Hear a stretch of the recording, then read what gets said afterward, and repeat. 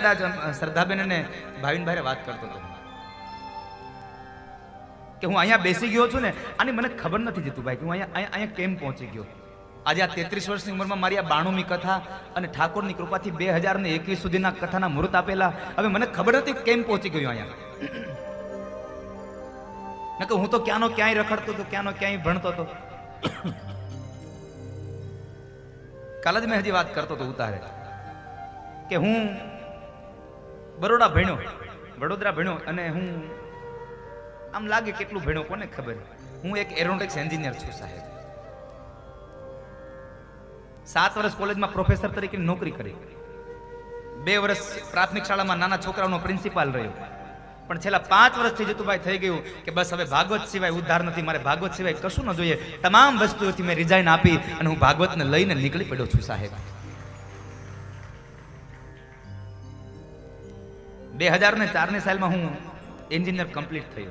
એક last semester ખાલી છોડવું પડ્યું, કારણ મારા પિતાશ્રીની આર્થિક પરિસ્થિતિને લઈને ફી ન ભરી શકો એટલા માટે. પણ એ વાતનો મને કોઈ રંજ નથી કે હું એન્જિનિયર ન થઈ શક્યો. એન્જિનિયર થયો તો કદાચ અત્યારે લાખ, 2 લાખ, 5 લાખ મારો પગાર હોત. કદાચ મને ઓળખતા હોત તો મારી કંપનીના માણસો ઓળખતા હોત. પણ આજે ઠાકોરની કેટલી કૃપા થઈ, કારણ કે ભગવાને ધાર્યું હશે કંઈક બીજું. ભગવાનની ઈચ્છા હશે કે તારે મશીન નહીં, તારે માણા બનાવવાના છે, એટલે મને માણા બનાવવા માટે અહીંયા મોકલ્યો છે સાહેબ. યાદ રાખજો, માણસાઈને બનાવવા માટે મને અહીંયા તમારી સામે ભાગવતના ગ્રંથને લઈને મોકલ્યો છે. બાકીના મારી 4 પેઢીમાં કોઈ કર્મકાંડ નથી કર્યું. કોઈને સ્વસ્તિ ના ઇન્દ્રણ નથી આવડતું, કોઈને સ્વાહા કરતા નથી આવડતું. પણ આજે સાહેબ અહીંયા પહોંચ્યો છું ને તો મારા ઠાકોરની કૃપા અને મારા મા બાપના કોઈ સત્કર્મોનો ફળ હશે ને, એટલે હું વ્યાસપીઠથી જાહેર કહું છું કે મેં કાંઈ કર્મ નથી કર્યું. આ તો મારા મા બાપે વાવ્યું છે અને પાક તૈયાર થયો છે ને એને હવે તો બેઠા બેઠા લણું છું સાહેબ. હું ખાલી બેઠો બેઠો લણું છું. પાક તૈયાર થઈ ગયો છે, મુલાદ પાકી ગઈ છે. માયા આવકારો એક વાત, દુનિયામાં તમામ વ્યક્તિ જાકારો આપી શકે પણ એક જનતા કોઈ દી તમને જાકારો ન આપી શકે. માટે આપ સૌને મારી પ્રાર્થના છે, યુવાનોને મારી પ્રાર્થના છે, બધું કરજો પણ મા બાપથી જુદા થવાનો વિચાર ક્યારેય ન કરશો. કારણ જ્યારે તમે મા બાપથી જુદા થાવ છો ને ત્યારે એ મા બાપનું દિલ બહુ દ્રવે છે સાહેબ. આ દુનિયામાં 2 વખત મા બાપ દુખી થાય છે, એક દીકરી ઘર છોડે ત્યારે અને એક દીકરો તર છોડે ત્યારે. આ 2 વખત મા બાપ દુખી થાય છે સાહેબ. દીકરી ઘર છોડે ત્યારે મા બાપ દુખી થાય છે.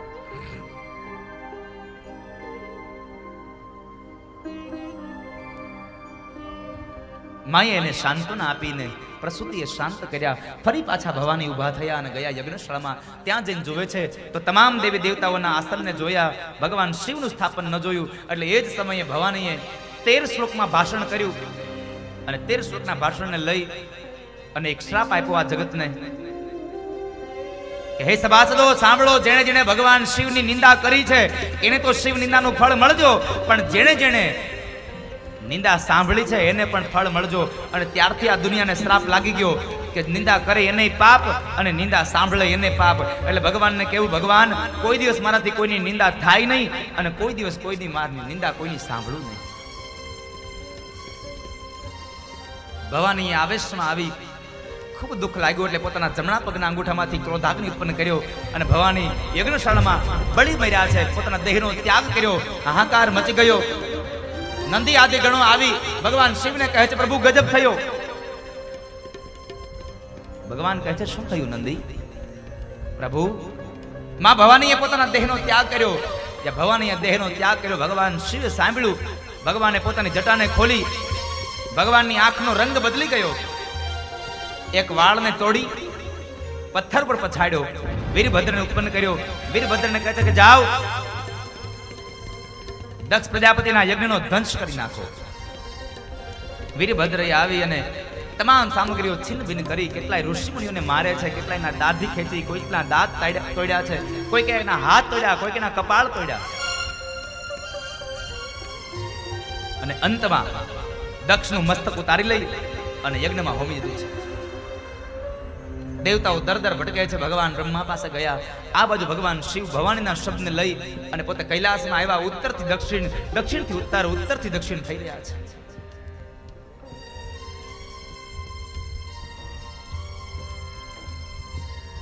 બ્રહ્મા પાસે ગયેલા દેવતાઓ ભગવાન બ્રહ્માને કહે છે બચાવો. બ્રહ્મા કહે છે વિષ્ણુને મળો. વિષ્ણુ પાસે ગયા. વિષ્ણુ કહે છે શિવજીને મળો. તમામ દેવતાઓ કહે છે અમે ન જઈએ. અને એ સમયે તમામ દેવતાઓ ભગવાન કૈલાસપતિ પાસે આવ્યા છે. ભગવાન વિષ્ણુ, ભગવાન બ્રહ્મા, આ તમામ દેવતાઓ આવી અને ભગવાન જ્યાં મહાદેવ જ્યાં ઉત્તરથી દક્ષિણ, દક્ષિણથી ઉત્તર થાય અને એ સમય ભગવાનની પ્રાર્થના કરીને ભગવાન શિવ ઉત્તરથી દક્ષિણ થાય. એ સમય ભગવાન વિષ્ણુએ કરકમળમાંથી સુદર્શન ચક્રને વહેતું કર્યું અને ભગવાન શિવના ખભા ઉપર રહેલું જે ભવાનીનું શબ છે એ શબના ટુકડા કર્યા છે. એ શબના 52 ટુકડા થયા અને 52 ટુકડા જે જે જગ્યાએ પડ્યા છે ત્યાં ત્યાં આગળ શક્તિપીઠોની સ્થાપના થઈ. ભગવાન શિવને શાંત કર્યા અને કહે છે પ્રભુ આ દક્ષને ફરીવાર સજીવન કરો. તમારા વીરભદ્રને શાંત કરો અને દક્ષનો યજ્ઞ સંપન્ન કરો. વીરભદ્રને શાંત કર્યા. દક્ષને સજીવન કરવા માટે નંદીના શાપ મુજબ બકરાનું મોઢું મસ્તક કાપી અને દક્ષની હારે જોડ્યું છે. ધડ સાથે જોડ્યું. પ્રાણ પૂર્યો જ્યાં સામે શિવ દેખાણા. એકદમ ઊભો થયો. ઊભો થયાની સાથે જ ભગવાન શિવની સ્તુતિ કરવા ગયો પણ બોલી શક્યો નહીં, કારણ મોઢું બકરાનું આવી ગયું. જ્યારે મોઢું હતું, જીભ હતી ત્યારે ભગવાનની નિંદા કરી અને જ્યારે જીભ નથી ત્યારે ભગવાનની સ્તુતિ કરવા ગયો, ન બોલ્યો એટલે ભગવાનની સ્તુતિ તાળીઓ માંડ્યો પાડવા. એટલે આપણે આજ હજી પણ શિવ મંદિરમાં જઈને તાળીઓ વગાડીએ છીએ. શિવાલયમાં જઈને તાળીઓ વગાડીએ છીએ. એ તાળીઓ વગાડવાની જરૂર નથી કર્યો અને ફરી પાછોનો યજ્ઞ સંપન્ન કરાવ્યો. આ કથા સુખદેવજી મહારાજે રાજા પરીક્ષિતને બતાવીને કીધું કે ધર્મની અંદર ક્યારેય અભિમાન ન કરશો. ધર્મની અંદર ક્યારેય તમે ભેદભાવ ન રાખશો. ધર્મમાં ભેદભાવ ન ચાલે. પણ અત્યારે તો થયું એવું સાહેબ, આ ધર્મના સંપ્રદાયમાં વડાઓ હોય ને એ પૈસાવાળો માણસ આવે એટલે એને એસી રૂમ આપે. પૈસા વગરનો માણસ આવે એટલે એને હોલમાં સુવાડવાનો સાહેબ. અરે સાહેબ તો એ આશ્રમ નહીં, એ હોટલ છે.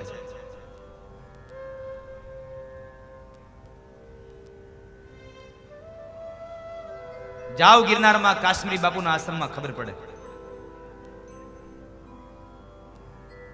પૈસા વાળો આવે તો એને ગોદડું લઈને હુઈ જવાનું અને હાવ ગરીબ માણસ આવે તો એને ગોદડું લઈને સુઈ જવાનું સાહેબ. સૌને કોઈની પથારી હાથે કરવાની અને પથારી વાળીને પાછી મૂકી દેવાની સાહેબ. આવો જ્યાં ધર્મ હોય ને એને દુનિયા વંદન કરે, એને દુનિયા પ્રણામ કરે, એને દુનિયા અમર તરીકે ગાય છે. જંગલનો સાધુ સાહેબ કાશ્મીરી બાપુ.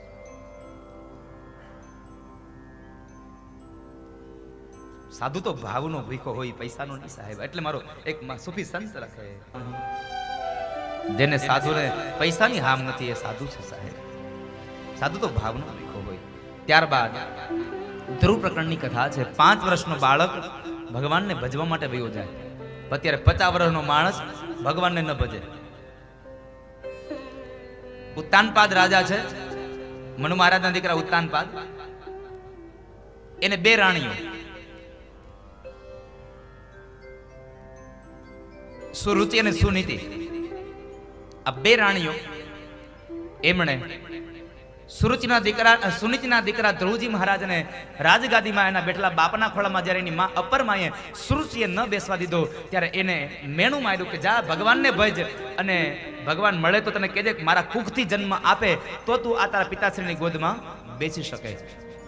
એક માત્ર મેણું લાગ્યું ને 5 વર્ષનું બાળક માં સુનીતિને વંદન કરી નીકળી ગયો. પણ સુનીતિ બાંધવાનો ગયો સુરુચિ હારે, કારણ એ સુનીતિ છે.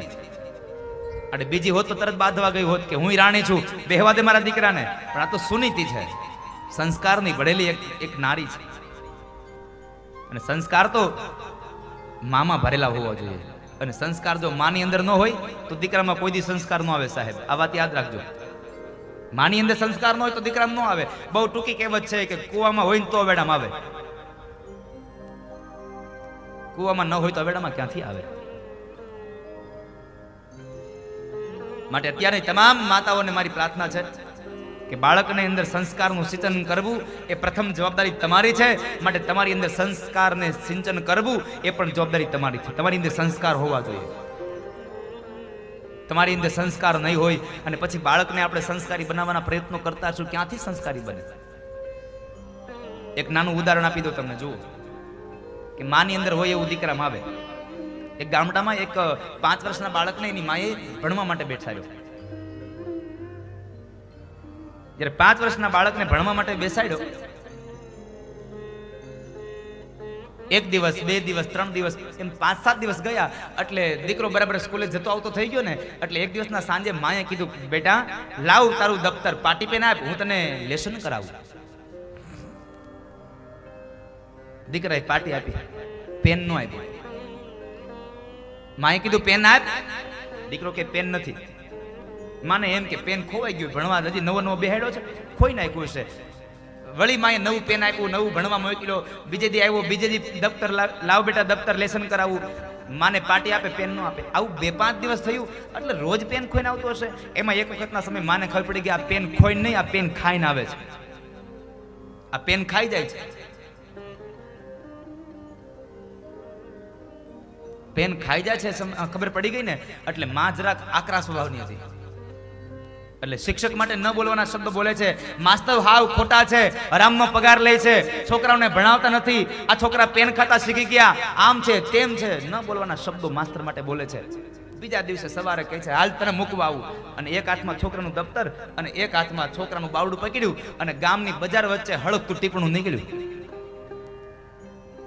માસ્તર આવો છે, માસ્તર તેવો છે, આમ છે તેમ છે, હરામનો પગાર લે છે, છોકરાનું ધ્યાન રાખતા નથી.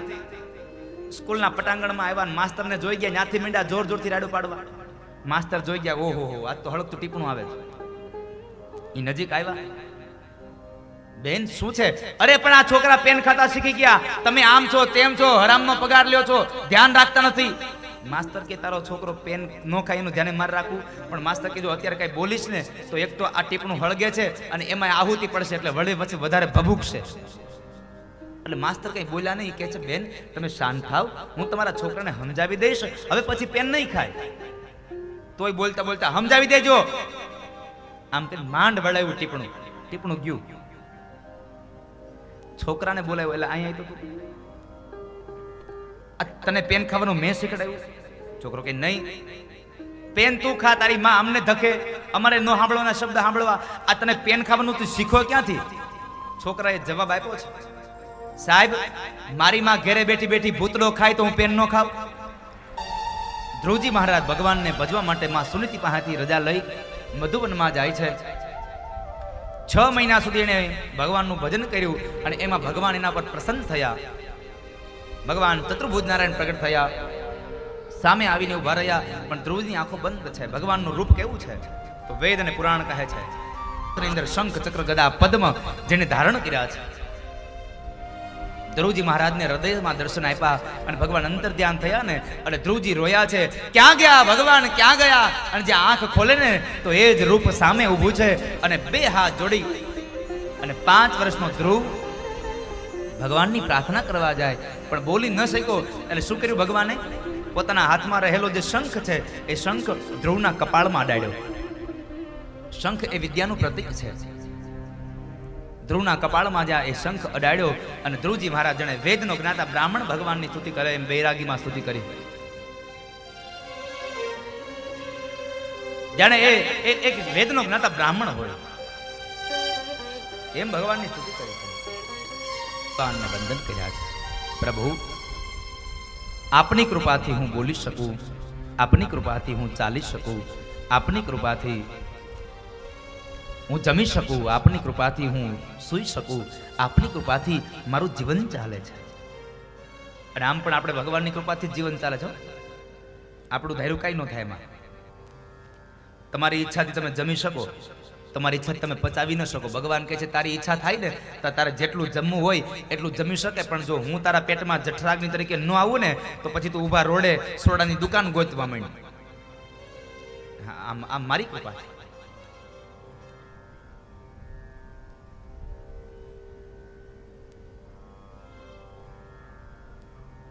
એટલે ભગવાનની કૃપા હોય તો આપણું જીવન શ્રેષ્ઠ ચાલે છે. ભગવાનની કૃપાથી જીવન શું મધુર ચાલે.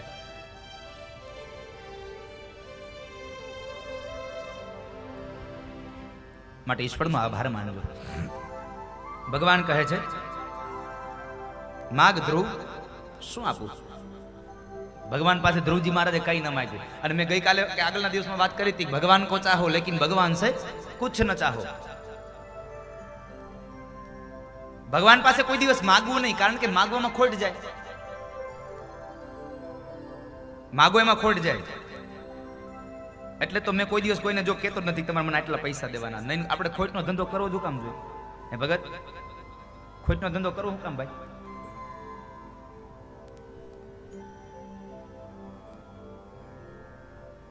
કનુભાઈ મને પૂછતા હતા મુહૂર્ત લીધું ને ત્યારે કે આ બધું તો આ બીજું પેકેજ તો ઠીક છે, તમારી દક્ષિણા.